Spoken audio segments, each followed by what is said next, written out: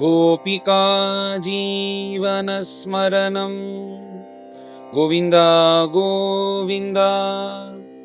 सद्गुरु विठ्ठलदास महाराज की जय। ஸ்ரீமத் பாகவதத்துல பகவானுடைய லீலைகள் அனந்தமாக தசமஸ்கந்தத்துல சொல்லப்பட்டது. தசமஸ்கந்தத்துல பூர்வார்த்தம் முழுக்க நம்ம பார்த்தோம்னா பிருந்தாவனம், நந்தகோகுலம், மதுரா இது முழுக்க வருது. உத்தரார்த்தத்துல முழுக்க துவாரகாதீசனாக பிரபு என்னென்ன பண்ணினார்னு இதுதான் பிரம்மனிஷ்டால் வர்ணிச்சன் வரார். போன அத்தியாயத்துல நாரதர் அப்படி பகவானை அனுபவிக்கிறாரோனோ, நாரதர் மூலியமாக நமக்கு எல்லோருக்கும் பிரம்மனிஷ்டால் அந்த கதையை சொல்லி நாம் எல்லோரும் அனுபவிக்கிறது போல பண்ணினார்.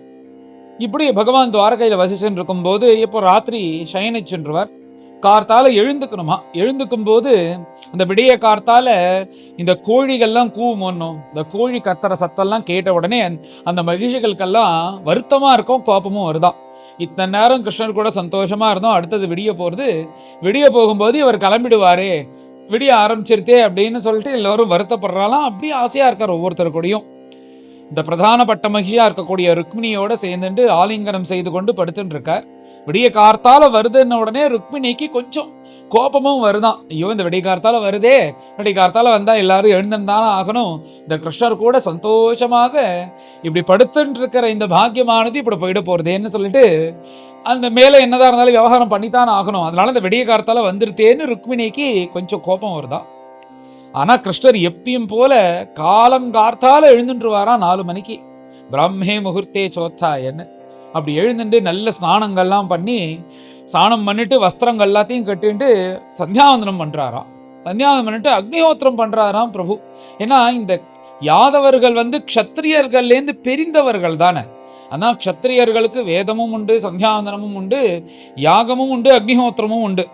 தர்மபுத்திரர் எப்படி நித்யாக்னிஹோத்திரம் அஸ்தினாபுரத்துல பண்ணிட்டு இருந்தாரோ அதே மாதிரிதான கிருஷ்ணர். இவா யாதவர்கள்னு பிரிஞ்சு வம்சத்தினால வந்த பேரே தவிர இவரும் க்ஷத்திரியர்கள் போலதானே. அதனால இந்த கிருஷ்ணருக்கும் அத்தனையும் உண்டு. அவரும் கார்த்தால எழுந்து கொண்டு அக்னிஹோத்திரத்தெல்லாம் பண்ணி, ஜபங்கள்லாம் பண்ணி, தியானம் எல்லாம் பண்ணி, இப்படி எப்பயும் போல ஜுவலிச்சுன்னு இருக்காராம். காலங்கார்த்தால எழுந்துட்டு பிரபு தபஸ்வியாக எல்லாருடைய குடும்பத்திலையும் அவாவா பூஜை பண்ண வேண்டிய அந்த சால கிராமங்கள், அப்புறம் மூர்த்தி ஆராதனம் இதெல்லாம் இருக்குமோனோ அதே மாதிரி கிருஷ்ணராத்திலையும் வசுதேவர் பூஜை பண்ணிட்டதெல்லாம் இப்போ கிருஷ்ணர்கிட்ட இருக்கான். அவர் கார்த்தால எழுந்து கொண்டு தன்னுடைய அனுஷ்டானத்தை முடிச்சுட்டு எல்லா பூஜைகளும் பண்ணி நித்தியப்படி கோதானம் பண்ணுவாராம். ஒரு 1000 மாடை கொண்டு கட்ட சொல்லி அந்த மாடுகள் கொம்புகள் எல்லாம் இந்த தங்க கொப்பியை போட்டு, கால்களில் தங்க கவச்சத்தை போட்டு, உயர்ந்த பட்டெல்லாம் சாத்தி நித்தியப்படி தானம் பண்ணுவாராம். நித்தியப்படி ஒருத்தர் இவ்வளோ சொர்ணத்தை தானம் பண்ண முடியுமா அப்படின்னு நம்மளுக்கு ஒரு கேள்வி வரும். சாதாரணமாக உலகத்தில் இருக்கிறவனால முடியாது, மகாலட்சுமியோட புருஷனால முடியுமோன்னோ. சாட்சாத் மகாலட்சுமியே ருக்மிணியாக அங்கே இருக்கா. அத்தனை பேரும் மகாலட்சுமியோட அம்சம்னு பிரம்மனிஷ்டால் அப்பயே சொல்லிட்டார். மகாலட்சுமியோட அம்சங்களாக அத்தனை ஸ்திரீகளும் அத்தனை பத்னிகளும் அங்கே இருக்கும்போது, அவளுடைய கட்டாட்சம் அங்கே இருக்கும்போது அப்புறம் எங்கே தாரித்திரம் அங்கே எங்கே வரும்? அதனால சாதாரணமாக இருக்கிறவால நித்தியப்படி இப்படி பண்ண முடியாது, பகவானால முடியும். அப்படி மகாலட்சுமியினுடைய கட்டாட்சத்தினால அங்கே எதுக்குமே குறைவு கிடையாது. நித்தியம் தானம் பண்ண பண்ண பண்ண அது விருத்தியாயிண்டே இருக்கு. அப்படி ஆயிரக்கணக்கான பசுக்களுக்கு இந்த மாதிரி அலங்காரங்கள்லாம் பண்ணி கிருஷ்ணர் அப்படி பிராமணர்களுக்கெல்லாம் தானம் கொடுத்துட்டு நமஸ்காரம் பண்ணி அவால் அமைச்சிட்டு, இப்போ இந்த காரியங்கள்லாம் முடிஞ்ச உடனே எதுக்குன்னு ஒரு மடிவஸ்திரம் மாதிரி வச்சுட்டு இருக்கார்.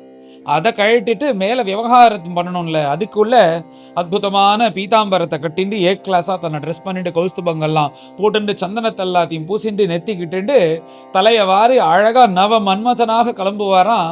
அப்படி ஒரு வஸ்திரத்தை கையில் இப்படி வச்சுட்டு ஒரு ராஜாதி ராஜனாக கம்பீரமாக அப்படி புருஷன், ஒரு உத்தம புருஷ லட்சணம் எப்படி இருக்கணுமோ அப்படி இருப்பாராம் கிருஷ்ணர். இந்த எக்ஸ்ட்ரா இருக்கிறது, குண்டா இருக்கிறது, இந்த மாதிரி எந்த இதுவும் இருக்காது அவர் சரீரத்தில். அப்படியே ஒரு சைனிகன் யோதா போல தன் சரீரத்தை வச்சுட்டு இருக்காராம் கிருஷ்ணர். அப்படி கம்பீரமாக ஒரு புருஷன் நடந்து வருவது போல அங்கே வாசல்ல ஒரு இடம் இருக்குமா, அங்கே உட்காந்துக்கிறாராம். இப்போ எதுக்கு இங்கே உட்காந்துப்பார்னா, அவளுடைய வேலை செய்கிற ஆட்கள்லாம் பார்ப்பாளாம். எங்களுக்கெல்லாம் அது இல்லை இது இல்லைன்னு சொல்லிட்டு எல்லாம் தன்னுடைய விண்ணப்பத்தை கொண்டு சொல்லுவாளாம். அவளுக்கு வேணுங்கிறத எல்லாத்தையும் பண்ணிட்டு அதுக்கப்புறம் ஒரு மண்டபத்தில் மந்திரிமார்கள்லாம் சித்தமாக இருப்பாளாம். அந்த மந்திரிமார்களையும் அழிச்சுட்டு தன்னுடைய சபா மண்டபத்துக்கு மேலே அங்கே கொஞ்ச நேரம் இந்த நாட்டியங்கள்லாம் பார்த்துட்டு ராஜ்ய நிர்வாகத்தை பண்ணுவார். இது நித்தியப்படி நடந்துட்டு இருக்கிறது ஒரு க்ஷத்ரியன் போலவே. ஆனா இவாளுக்கு வந்து க்ஷத்ரியன் மாதிரி உட்கார்ந்து பரிபாலனம் இல்லைன்னு தவிர இந்த அவ காப்பாற்ற வேண்டிய பொறுப்பெல்லாம் முழுக்க கிருஷ்ணனுக்கு இருக்கிறதுனால இப்படி அந்த வேலையாட்களுக்கு வந்து கேட்ட உடனே அவளுக்கு வேணுங்கிறதெல்லாம் பண்ணி, இங்கே ஏதாவது சாமான்கள் மாற்றணும் போகணும் வரணும்னா அதெல்லாத்தையும் சாங்ஷன் பண்ணி எழுதி கொடுத்து, அவ கிரகத்துக்கு ஏதாவது வேணும்னா அதுக்கு எல்லாத்தையும் பணத்தை கொடுத்துட்டு மேலே கிளாஸாக அந்த மந்திரிமார்கள் டீம் பேசிட்டு அவர் வந்து அற்புதமாக அந்த ரதத்துல கிளம்புறாராம். நித்தியபடி பார்த்தா தாருகன் அந்த ரதத்தை கொண்டு வந்து நிறுத்துவாராம். பகவானுக்கு வெள்ளை குதிரை தான் பிடிக்கும், அதனால 4 வெள்ளை குதிரைகளை பூட்டி அப்படியே அந்த ரதத்தை முழுக்க சுத்தம் பண்ணி கமகமகமன்னு வாசம் வருவது போல தாருகன் அதை தயார் பண்ணி கரெக்டா டான்னு பகவான் கிளம்புறதுக்கு முன்னாடி சித்தமா இருப்பாராம் தாருகன். அவருக்கு ஒரு பாக்கியம் நித்தியபடி என்னன்னா, கிருஷ்ணன் ஏறும்போது அந்த கைப்பிடியை பிடிச்சுன்னு ஏற மாட்டாராம். தாருகன் வந்து நிப்பாராம், அந்த தாருகன் மேல கையை வச்சுதான் ஏறுவாராம் நித்தியபடி அந்த கைப்பிடி இருந்தா கூட.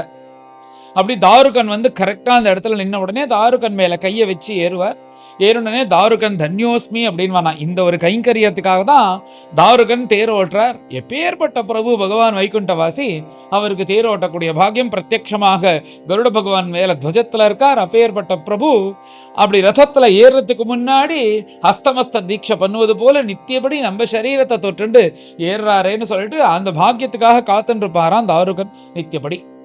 அப்படி பகவான் கிளாஸா அலங்காரம் பண்ணி தாருகன் மேல கையை வச்சு ரதத்துல ஏறி உக்காடுறார். பகவான் கூடயே அந்த ரதத்துல சாத்தியக்கியும் உத்தவர் இல்லாம துவாரகையிலும் எங்க போனாலும் சஞ்சாரம் தனியா போகவே மாட்டார்.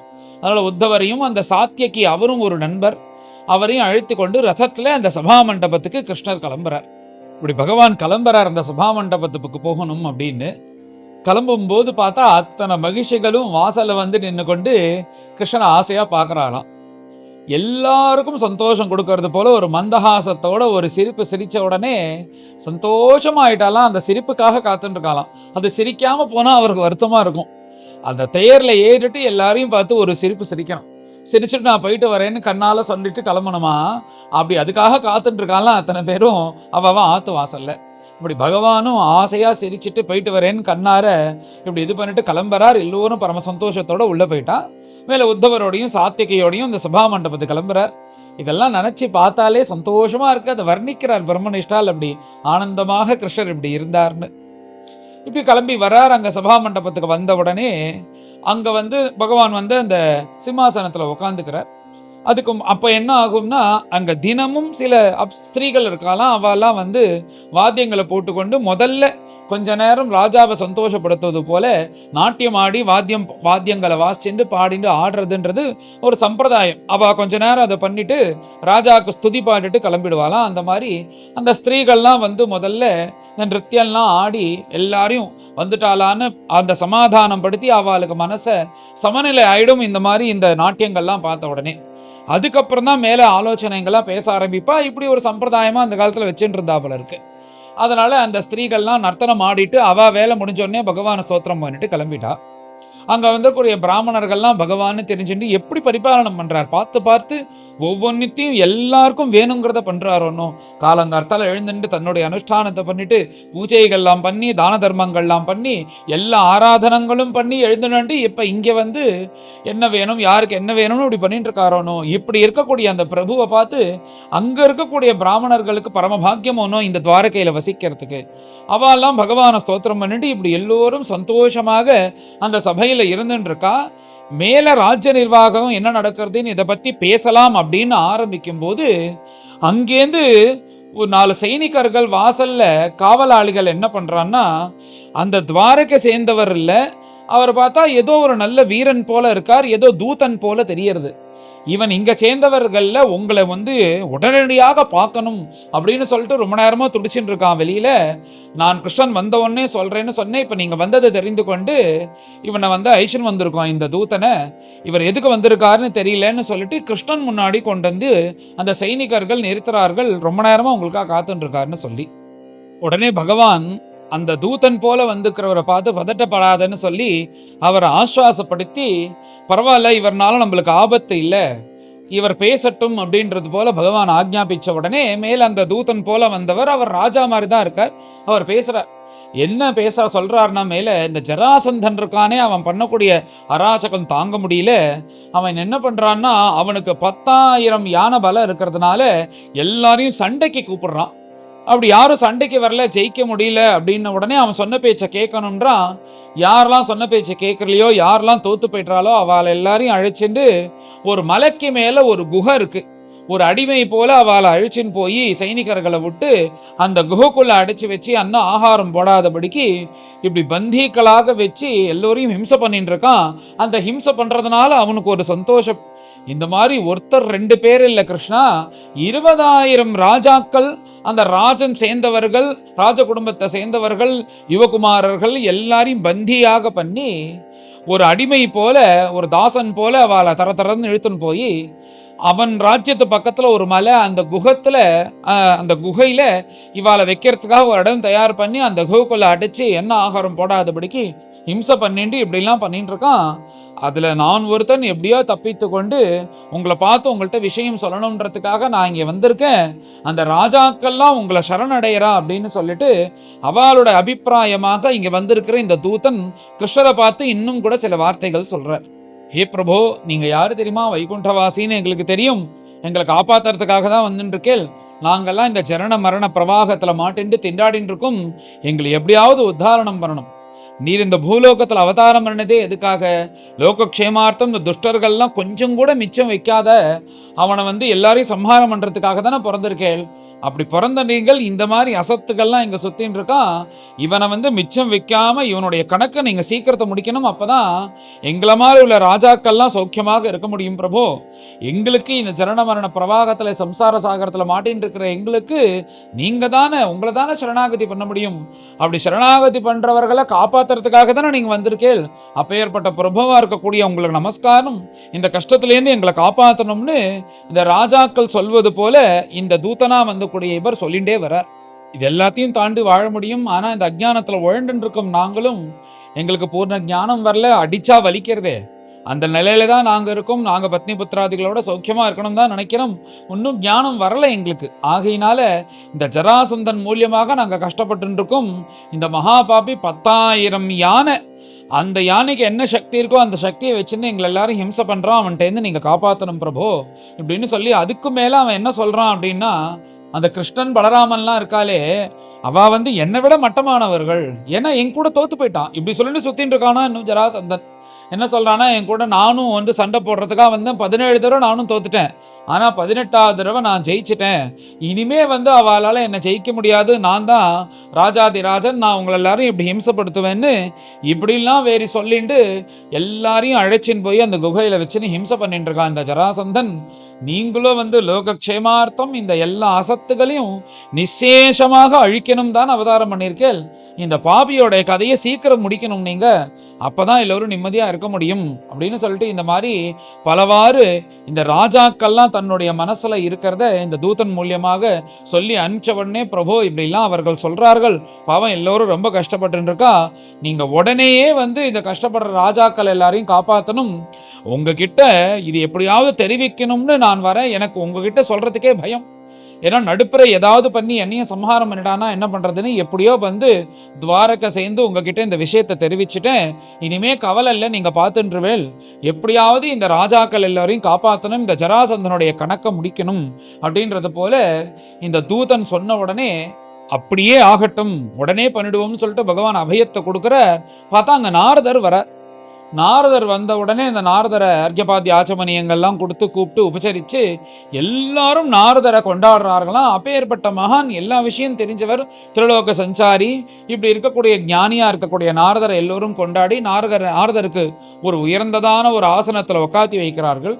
உட்காத்தி வச்சுட்டு கிருஷ்ணர் மேல பூஜையெல்லாம் பண்ணி நாரதரை பார்த்து பேசுறார். எப்ப நாரதர் துவாரகைக்கு வந்தாலும் பகவான் அவரை பூஜை பண்ணி அந்த பாத பிரக்ஷாலனம் பண்ணி தான் புரோக்ஷம் பண்ணிட்டு தான் பேசுவாராம். அப்படி பாகவத பக்தனாக பகவான் இருக்கார். அப்படி நாரதருக்கு எல்லா பூஜையும் பண்ணி மேல நாரதரை பார்த்து, நீங்க ஹஸ்தினாபுரத்துக்கு போனேன்னு கேள்விப்பட்டனே, ஹஸ்தினாபுரத்துலேருந்து பஞ்சபாண்டவர்கள் கிட்டேருந்து ஏதாவது செய்தி உண்டா, அங்கேருந்து ஏதாவது விஷயத்த சொல்றதுக்காக நீங்க வந்திருக்கிறீர்களா அப்படின்னு சொல்லிட்டு நாரதர்கிட்ட கேட்ட உடனே மேல நாரதர் பகவானை பார்த்து பேசுறார். உடனே நாரதர் பகவானை பார்த்து, பிரபு உங்களுடைய திருவிடையை தியானம் பண்ணிட்டு இருக்கிறதுனால தான் திலோக சஞ்சாரியா என்னை இப்படி எல்லோரும் பெருமையாக வந்து அர்க்கபாதி ஆச்சமணி எல்லாம் கொடுத்து பூஜை பண்றதுக்கு காரணமே நீங்க தான். இப்ப நீங்களே என்ன பூஜை செய்கிறீர்கள், உங்களை தியானம் பண்றதுனால தான் எனக்கு அந்த மகிமை கிடைச்சது, அப்பேற்பட்ட பிரபு நீங்கள்னு நாரதர் பகவானை ஸ்தோத்திரம் பண்ணிட்டு, ஆமாம் பஞ்சபாண்டவர்கள்கிட்டேருந்து ஒரு செய்தி இருக்கு, அதுக்காக தான் நான் வந்திருக்கேன். நான் ஹஸ்தினாபுரம் பொழிந்தபோது எங்கிட்டையும் சொன்னார்கள், அவர்களுக்கு இந்த இந்திரபிரஸ்தத்தில் இருந்துருக்கும் போது ராஜசூய யாகம் செய்யணும் அப்படின்ற ஒரு அபிப்பிராயம் இருக்கு. அந்த ராஜசூய யாகம் செய்யணும்னு நினைக்கிறோம். இப்படி நாரதர்கிட்ட சொன்ன உடனே நாரதர் எப்படியாவது பகவான்கிட்ட போய் சொல்லுவார்னு அவளுக்கு தெரியும். அதனால நாரதர்கிட்ட இந்த விஷயத்தை தெரிவித்த உடனே நான் அங்கேருந்து கிளம்பி நேராக உங்களை பார்க்கறதுக்காக வரேன். தர்மபுத்திராதிகளுக்கு உலகத்துக்கே க்ஷேமத்தை கொடுப்பது போல ஒரு அற்புதமான ராஜசூய யாகம் பண்ணணுன்ற ஆசை. அந்த ராஜசூய யாகம் உங்களுடைய அனுகிரகம் இல்லைன்னா நடக்காது. உங்களுடைய அனுகிரகத்தினாலையும் உங்களுடைய சங்கல்பத்தினாலையும் நீங்க வந்த அந்த ஒரு சாநித்திய மாத்திரத்துல நீங்க இருந்து கொண்டு இந்த யாகத்தை பண்ணி வைக்கணும்னு பஞ்சபாண்டவர்கள் ஆசைப்படுறார்கள். அப்படி நீங்க இந்த ராஜசூய யாகத்தை பண்ணி வைக்கணும்ன்றது போல நாரதர் தர்மபுத்தருடைய ஆசையை பகவான் கிட்ட தெரிவிக்கிறார். பிரபு, அந்த ராஜசூய யாகம் லோகோத்தரமா நடக்க போறது. அதுக்கு தேவரிஷிகள், ராஜரிஷிகள், தேவர்கள் எல்லோரும் பிரத்யட்சமா வரப்போறா. எதுக்கு வரப்போறான்னா, உங்களுடைய நாமத்தை சொல்லிட்டு உங்களுடைய கதையை கேட்டுக்கொண்டு எல்லோரும் அங்கங்க க்ஷேமத்தை அடையறா.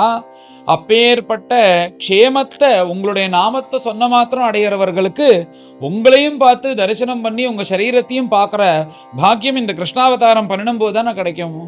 அதனால இந்த ராஜசூய யாகத்துல எல்லோரும் வரப்போறா. இந்த ராஜசூய யாகத்துல பிரம்மஜானிகள்லாம் வரப்போறா, ராஜ ரிஷிகள் வரப்போறா, பிரம்ம ரிஷிகள் வரப்போறா, தேவர்கள்லாம் வரப்போறா, என்ன மாதிரி பாகவதோத்தமர்கள்லாம் வரப்போறா. எல்லோரும் வந்து லோகோத்தரமாக இந்த ராஜசூய யாகமானது நடக்க போறது. அந்த ராஜசூய யாகத்தை நீங்க வந்து நடத்தி கொடுக்கணும். எல்லாம் முடிஞ்சு அவபிரத ஸ்நானத்தோட பூர்த்தி பண்ணி தர்மபுத்திர ஜுவலிக்கணும்னு அவர் லோகக்ஷேமார்த்தம் இந்த யாகத்துக்காக சங்கல்பம் பண்ணிட்டு இருக்கார். நீங்க வந்து நடத்தி கொடுக்கணும் அப்படின்றது போல கிருஷ்ணர் சொன்ன உடனே அப்படியே ஆகட்டும், அப்படியே பண்ணிடுவோம்னு கிருஷ்ணரும் சொல்ற. அங்க இருக்கக்கூடிய துவாரகாவாசிகள், யாதவர்கள் எல்லோருக்கும் ஒரு பக்கம் இந்த ஜராசந்தன் மேல ரொம்ப கோபம். ரொம்ப நாளா இந்த ஜராசந்தனும் வந்து ஒரு யாதவனும் இருக்கக்கூடாதுன்னு சண்டை போட்டு இருக்கிறதுனால அவன் கணக்க தீக்கணும்னு ரொம்ப கோபத்தோட முதல்ல இவனுக்கு ஏதாவது ஒரு வழி, இவனை சம்ஹாரம் பண்ணிட்டு தான் வேலை இந்த ராஜசூய யாகமானது பண்ணணும். இங்க எல்லாரும் தத்தளிக்கிறா, அதனால இவனுடைய கதையை முடிக்கணும் அப்படின்னு சொல்லிட்டு யாதவர்கள் எல்லோரும் சொல்றார்கள். கிருஷ்ணனுடைய மனசுலையும் அதுதான் இருக்கு. ஆனா அங்க உத்தவர் இருக்கிறதுனால, உத்தவரே இந்த மாதிரி முதல்ல ராஜசூய யாகமா இல்ல வந்து இந்த ஜராசந்தனுடைய கதையை முடிக்கணுமா அப்படின்னு பகவானுக்கு தெரியும் என்ன பண்ணணும். ஆனாலும் உத்தவரோட அபிப்பிராயத்தை தெரிஞ்சுக்கணும்ன்றது போல உத்தவரை பார்த்து இந்த மாதிரி அவரவர்கள் பேசும்போது நான் உங்கள்கிட்ட தானே வந்து அபிப்பிராயத்தை கேட்பேன், நீர் என் கூட இருந்து எல்லாத்தையும் பார்த்துட்டு இருக்கீரோன்னு உங்களுக்கு அபிப்பிராயம் ஏதாவது இருக்கா நீங்க சொல்லுங்க அப்படின்னு சொல்லிட்டு ராமர் எப்படி ஆஞ்சநேய சுவாமிகிட்ட கேட்பாரோ அந்த மாதிரி கிருஷ்ணர் உத்தவர்கிட்ட கேட்பாரோ. அந்த மாதிரி உத்தவர்கிட்ட கேட்ட உடனே உத்தவர் மேல பதில் சொல்றாரு என்ன பண்ணணும். அப்படி உத்தவர் பேசுறதெல்லாம் அடுத்த அத்தியாயத்துல வருது. இந்த மாதிரி இந்த ஜராசந்தனால அந்த உபாதி தாங்க முடியாம அந்த தூதன் வந்து கிருஷ்ணர்கிட்ட விண்ணப்பிச்சுக்கிறதா இந்த அத்தியாயம் முழுக்க. அந்த ராஜசூய யாகமும் பண்ணணும்னு தர்மபுத்திரர் ஆசைப்பட்டது இந்த அத்தியாயத்துல வருது. மேல உத்தவர்கிட்ட உங்களோட அபிப்பிராயத்தை என்ன அப்படின்னு பகவான் கேட்டு இந்த அத்தியாயத்தை பூர்த்தி பண்றார். அப்படி பகவான் கேட்கறது போல பிரம்மனிஷ்டால் மேல எல்லாரும் கலந்து இந்த அத்தியாயத்தை பாராயணம் பண்ணுவோம். அச்ச சப்ததிதமோऽध्यायः श्रीशुको उवाच अथोषसी उपवृत्तायां कुक्कुटान् कूजितो अशपन् गृहीतकण्ठ्यः पतिभिः माधव्यो विरहातुराः वयांसि अरूरुवन् कृष्णं बोधयन्तीव वन्दिनः गायत्स्वलिषु अनिद्राणि मन्दारवनवायुभिः मुहूर्तं तं तु वैदर्भी नामृष्यत् अतिशोभनं परिरम्भणविश्लेषात् प्रियबाह्वन्तरं गता ब्राह्मे मुहूर्ते उत्थाय वार्युपस्पृश्य माधवः दध्यौ प्रसन्नकरणः आत्मानं तमसः परम्. एवं स्वयं ज्योतिरनन्यमव्ययं स्वसंस्थया नित्यनिरस्तकल्मषम् ब्रह्माख्यम् अस्योद्भवनाशहेतुभिः स्वशक्तिभिः लक्षितभावनिर्वृतिम् अथाप्लुतोऽम्भसि अमले यथा विधि क्रियाकलापं परिधाय वाससि चकारसन्ध्योपगमादिसत्तमः हुतानलो ब्रह्मजजापवाग्यतः उपस्थाय अर्कमुद्यन्तं तर्पयित्वात्मनः कलाः देवान् ऋषीन् पितॄन् वृद्धान् विप्रान् अभ्यर्च्य चात्मवान् धेनूनां रुक्मशृङ्गीणां साध्वीनां मौक्तिकस्रजां पयस्विनीनां गृष्टीनां सवत्सानां सुवाससां ददौरूपी अखुराग्राणां क्षौमाजिनतिलैः सह अलङ्कृतेभ्यो विप्रेभ्यः बद्वं दिने दिने गोविप्रदेवता वृद्ध गुरून् भूतानि सर्वशः नमस्कृत्य आत्मसम्भूतिः मङ्गलानि समस्पृशत् आत्मानं भूषयामास नरलोकविभूषणं वासोभिः भूषणैः स्वीयैः दिव्यस्रक् अनुलेपनैः अवेक्ष्य आज्यं तथा दर्शं गोवृषद्विजदेवताः कामांश्च सर्ववर्णानां पौरान्तः पुरचारिणां प्रदाप्य प्रकृतिः कामैः प्रतोष्य प्रत्यनन्दता संविभज्य अग्रतो विप्रान् स्रक्ताम्बूलानुलेपनैः सुहृदः प्रकृतिर्दारान् उपायुङ्क्त ततः स्वयं तावत्सूत उपानीय स्यन्दनं परमाद्भुतं सुग्रीवाद्यैर्हयैर्युक्तं प्रणम्य अवस्थितोऽग्रतः गृहीत्वा पाणिना पाणि सारथेस्तम् अथारुहत् सात्यकी उद्धवसंयुक्तः पूर्वाद्रिमिव भास्करः ईक्षितः अन्तःपुरस्त्रीणां सव्रीडप्रेमवीक्षितैः कृच्छ्रात् विसृष्टो निरगात् जातः सोहरन्मनः सुधर्माख्यां सभां सर्वैः वृष्णिभिः परिवारितः प्राविशत् यन्निविष्टानां न सन्त्यङ्गषडूर्मयः तत्रोपविष्टः परमासने विभुः बभौ स्वभासा ककुभो वभासयन् वृतो नृसिंहैः यदुभिर्यदुत्तमः यथोडुराजः दिवितारकागणैः तत्रोपमन्त्रिणो राजन् नानाहास्यरसैर्विभुम् उपतस्थो नटाचार्याः नर्तक्यस्ताण्डवैः पृथक् मृदङ्ग वीणामुरज वेणुतालधरस्वनैः ननृतुः जगुः तुष्टुवुश्च सूतमागधवन्दिनः तत्राहुः ब्राह्मणाः केचित् आसीना ब्रह्मवादिनः पूर्वेषां पुण्ययशसां राज्ञां च अकथयन् कथाः तत्रैकः पुरुषो राजन् आगतो अपूर्वदर्शनः विज्ञापितो भगवते प्रतीहारैः प्रवेशितः स नमस्कृत्य कृष्णाय परेशाय कृताञ्जलिः राज्ञाम् आवेदयत् दुःखं जरासन्धनिरोधजम्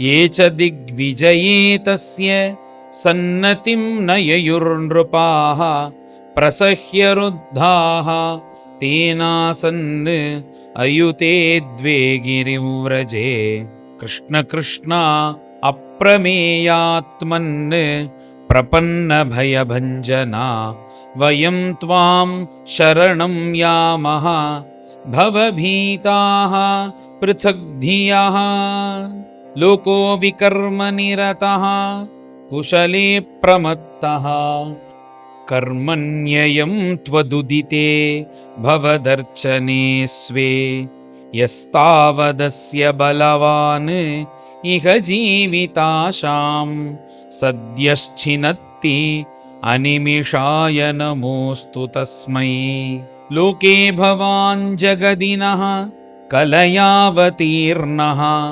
सद्रक्षणाय खलनिग्रहणाय चान्यः कश्चित् त्वदीयम् अतियाति निदेशमीशा किं वा जनः सुकृतमृच्छति तन्न विद्मः स्वप्नायितं नृपसुखं परतन्त्रमीशा शश्वद्भयेन मृतकेन धुरं वहामः हित्वा तदात्मनि सुखं त्वदनीह लभ्यं क्लिश्यामहे अतिकृपणास्तव माययेह तन्नो भवान् प्रणतशोकहराङ्घ्रियुग्मः बद्धान् वियुङ्क्ष्व मगधाह्वय कर्मपाशात् यो भूभुजः अयुतमतङ्गजवीर्यमेकः बिभ्रद्रुरोधभवने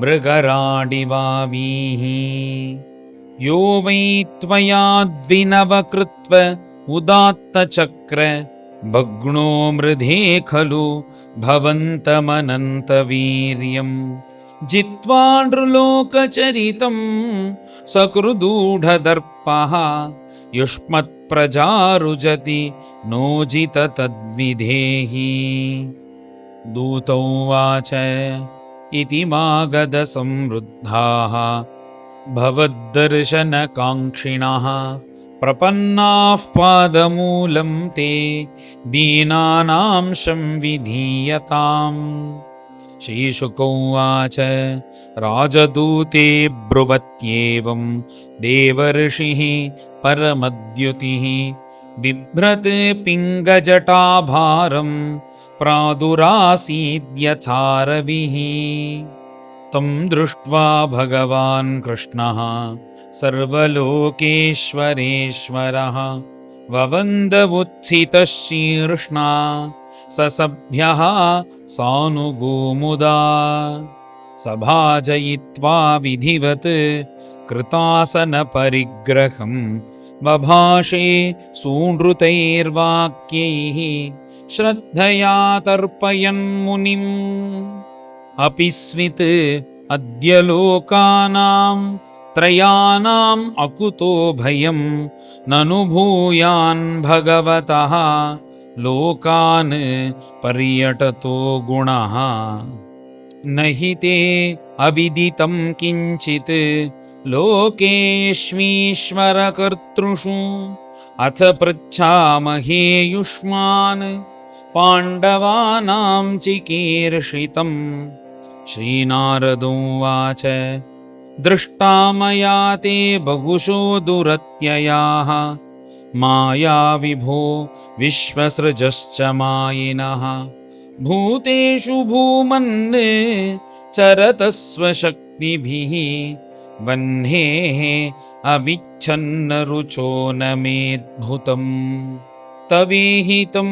कोऽर्हति साधु वेदितुं स्वमाययेदं सृजतो नियच्छतः यद्विद्यमान आत्मतयावभासते तस्मै नमस्ते स्वविलक्षणात्मने। जीवस्य यः संसरतो विमोक्षणं न जानतो अनर्थवहाच्छरीरतः लीलावतारैः स्वयशः प्रदीपकं प्राज्वालयत्वा तमहं प्रपद्ये। अथापि आश्रावये ब्रह्म नरलोकविडम्बनं राज्ञः पैतृष्वसेयस्य भक्तस्य च चिकीर्षितम्। यक्ष्यति त्वां मखेन्द्रेण राजसूयेन पाण्डवः पारमेष्ठ्यकामो नृपतिः तद्भवान् अनुमोदताम्। तस्मिन् देवक्रतुवरे भवन्तं वै सुरादयः दिदृक्षवः समेष्यन्ति राजानश्च यशस्विनः। श्रवणात् कीर्तनात् ध्यानात् पूयन्ते अन्तेवसायिनः तव ब्रह्ममयस्येष किमुतेक्षाभिमर्शिनः। यस्यामलं दिवि यशः प्रथितं रसायां भूमौ च ते भुवनमङ्गलदिग्वितानं। मन्दाकिनीति दिवि भोगवतीति चाधः गङ्गेति चेह चरणाम्बुपुनाति विश्वम्। श्रीशुक उवाच तत्र तेषु आत्मपक्षेषु अगृह्णत्सु विजिगीषया वाचः पेशैः स्मयन् भृत्यम् उद्धवं प्राह केशवः।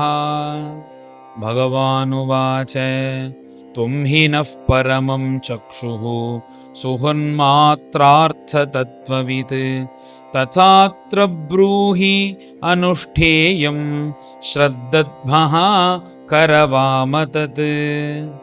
इत्युपामन्त्रितो भर्त्रा सर्वज्ञेनापि मुग्धवत् निदेशं शिरसाधाय उद्धवः प्रत्यभाषत।